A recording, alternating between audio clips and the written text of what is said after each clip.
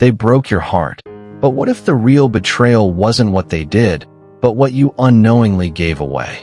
Betrayal in love is a unique kind of pain. It's not just the loss of a person, but the shattering of a world built on trust, intimacy, and shared dreams. The aftermath of betrayal can leave us feeling lost, angry, and questioning our own judgment. Our reactions, often intense and overwhelming, are our mind's desperate attempts to cope with the profound sense of loss and violation.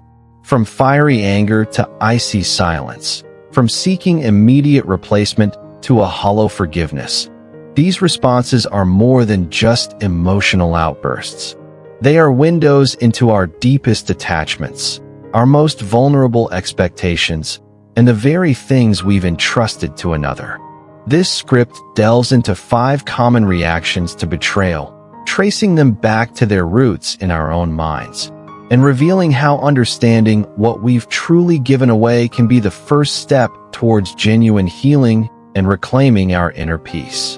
Let's explore 5 common ways people react to betrayal in a romantic relationship, and how these reactions can ultimately lead to a deeper understanding of what we've entrusted to others. 1. Anger and blame, the fiery shield of hurt. Reaction, an immediate and often overwhelming reaction to betrayal, is intense anger directed at the person who hurt us. We might engage in heated arguments, constant blame, or a relentless recounting of their wrongdoings. This anger can feel righteous and empowering, a way to shield ourselves from the raw pain of vulnerability. Buddhist lens, aversion and suffering. This anger is a powerful manifestation of aversion, anger, a direct response to the intense suffering of betrayal. It's a way of pushing away the painful reality of the situation. The mind, attached to the idea of a faithful partner and a secure relationship, reacts with aversion when that attachment is violently broken. This anger, while seemingly protective, ultimately binds us to the source of our pain, keeping the wound fresh and preventing true healing. Example, when Sarah discovered her partner's infidelity, her world erupted in anger. She confronted him, her voice shaking with rage, and spent weeks replaying the betrayal in her mind, each time fueling her fury. The anger became a wall, protecting her from the deep sadness underneath. 2. The silent treatment, the cold armor of withdrawal. Reaction, in contrast to fiery anger, some individuals retreat into a cold, impenetrable silence. They might refuse to speak to the person who betrayed them, emotionally shut down, and create a vast distance as a form of punishment and self-preservation. This silence is not peaceful. It's a heavy, charged emptiness. Buddhist lens, aversion and conceit. This reaction is another form of aversion, anger, but expressed through withdrawal rather than confrontation. It's often intertwined with conceit, ego, a sense of wounded pride that refuses to engage. The silence is a way of asserting control and punishing the other person by withholding connection. However, this withdrawal also isolates the individual, trapping them in their own suffering and preventing any possibility of resolution or understanding. Example, after being lied to about a significant financial matter, Mark completely shut down. He stopped speaking to his partner, living in the same house as a ghost. The silence was his weapon and his prison, a way to express his hurt without having to face the messy emotions of a direct conversation. 3. The rebound relationship, the hasty replacement of what was lost. Reaction, a common coping mechanism after betrayal, is to quickly jump into a new relationship. The rebound serves as a distraction, a way to prove one's desirability, and an attempt to fill the void left by the previous partner. It's a hasty attempt to replace what was lost, often without fully processing the pain of the betrayal. Buddhist lens, craving and delusion. This reaction is driven by craving, greed, for connection, affection, and the validation that a relationship provides. It's also fueled by delusion, the mistaken belief that an external person can heal an internal wound. The rebound is an attempt to cover up the pain of betrayal with the excitement of a new romance, but it often leads to more suffering, as the unresolved issues from the past are carried into the new relationship. Example: within a month of her breakup, which was caused by her partner's emotional affair, Emily was already in a new, intense relationship. She posted pictures of her new partner all over social media, trying to convince herself and others that she was happy and had moved on, but the underlying pain remained touched. 4. Premature forgiveness, the hollow piece of avoidance. Reaction: some people, often driven by a desire to avoid conflict or to appear virtuous, rush to forgive the person who betrayed them. This forgiveness is often premature and superficial, a way to bypass the difficult emotions of anger, hurt, and grief.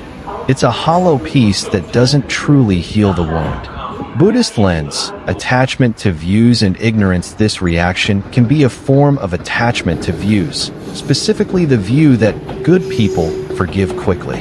It's also a manifestation of ignorance about the true nature of forgiveness, which is a deep process of letting go of resentment for one's own sake, not a quick fix to avoid discomfort. Premature forgiveness often masks unresolved anger and pain, which can fester and cause further suffering down the line. Example: David's partner had a gambling addiction and lost their life savings. Wanting to be a supportive and forgiving person, David immediately said, "I forgive you," but he never allowed himself to feel the anger and fear that the betrayal caused. This suppressed emotion later manifested as anxiety and resentment. 5. Self-blame and victimhood, the internalization of betrayal.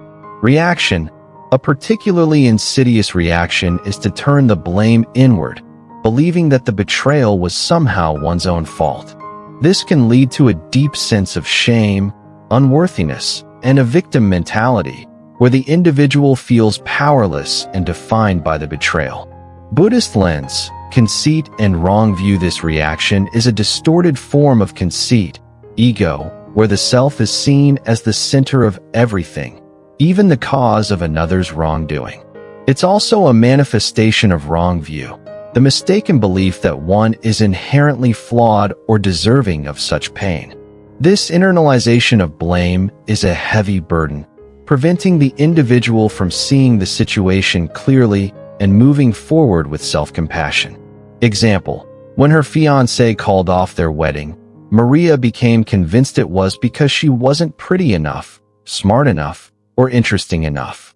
She fell into a deep depression, replaying every perceived flaw in her mind, believing she was the one who had caused the betrayal.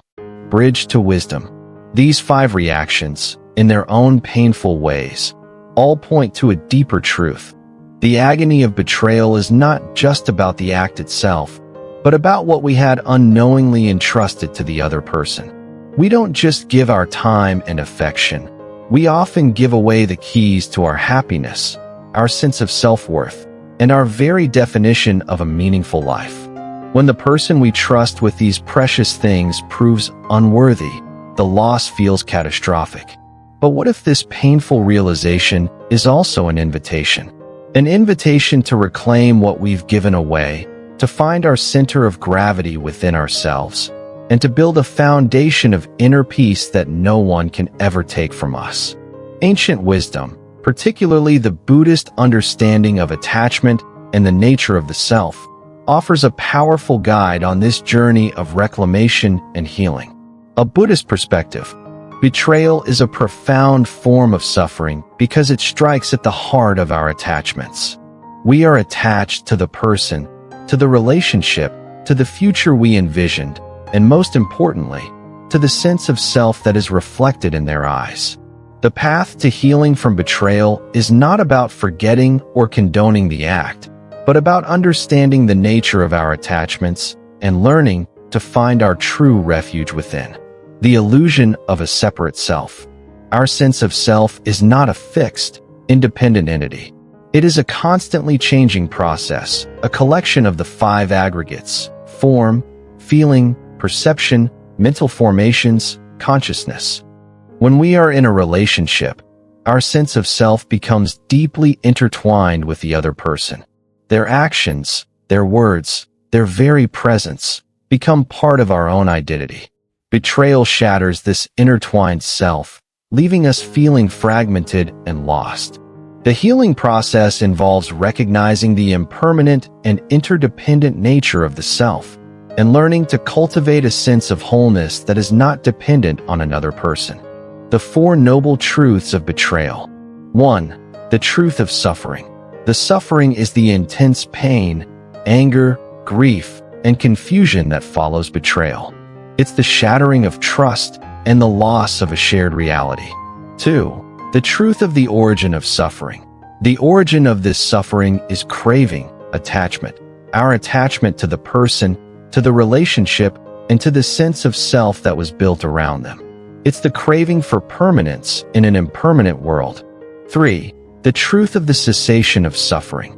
The cessation of this suffering comes from letting go of the attachment. It's not about stopping the love, but about releasing the clinging, the expectation, and the demand that another person be the source of our happiness and self-worth. 4. The truth of the path to the cessation of suffering. This path is the Noble Eightfold Path, which provides a practical framework for cultivating the wisdom, compassion, and inner strength needed to heal from betrayal and find a more stable and authentic source of happiness. The Noble Eightfold Path to healing from betrayal. Right view.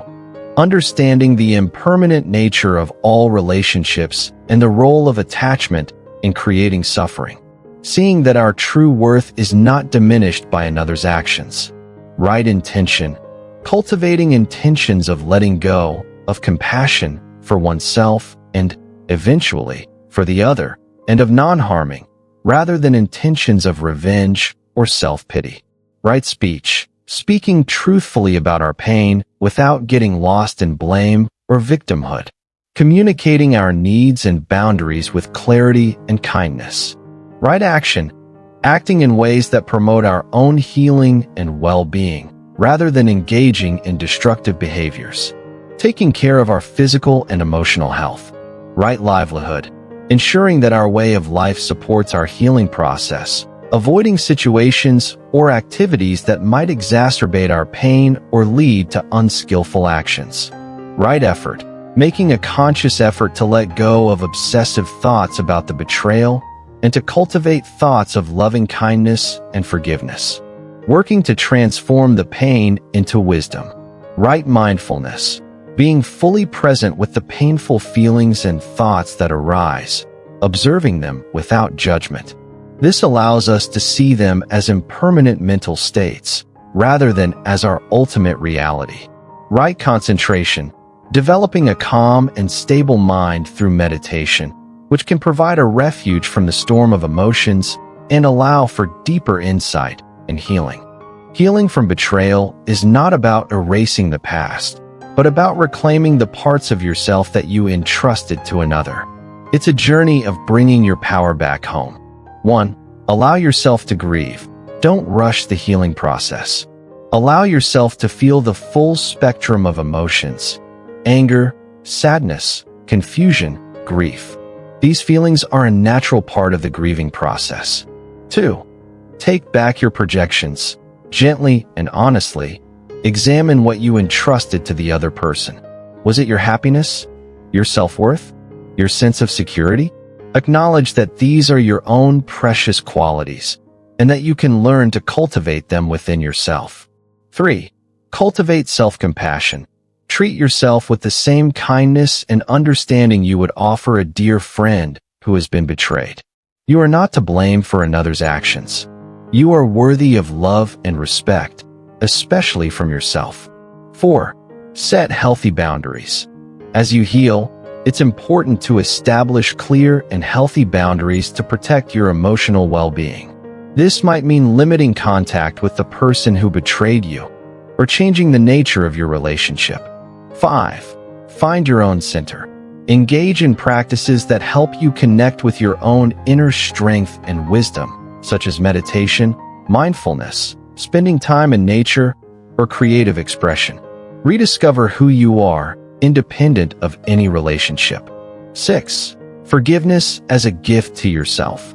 Understand that true forgiveness is not about condoning the betrayal, but about releasing the burden of resentment and anger for your own sake. It's a gift of freedom that you give to yourself. When the person you trusted with your heart becomes the source of your deepest pain, where do you find the strength to heal? Do you search for it in another's arms, in the cold comfort of revenge, or in the hollow peace of a hasty forgiveness? Or do you dare to look within, to the quiet, resilient core of your own being, and reclaim the power you never truly lost? What if the ultimate lesson of betrayal is not about the other person, but about the profound and unwavering love you can learn to give yourself?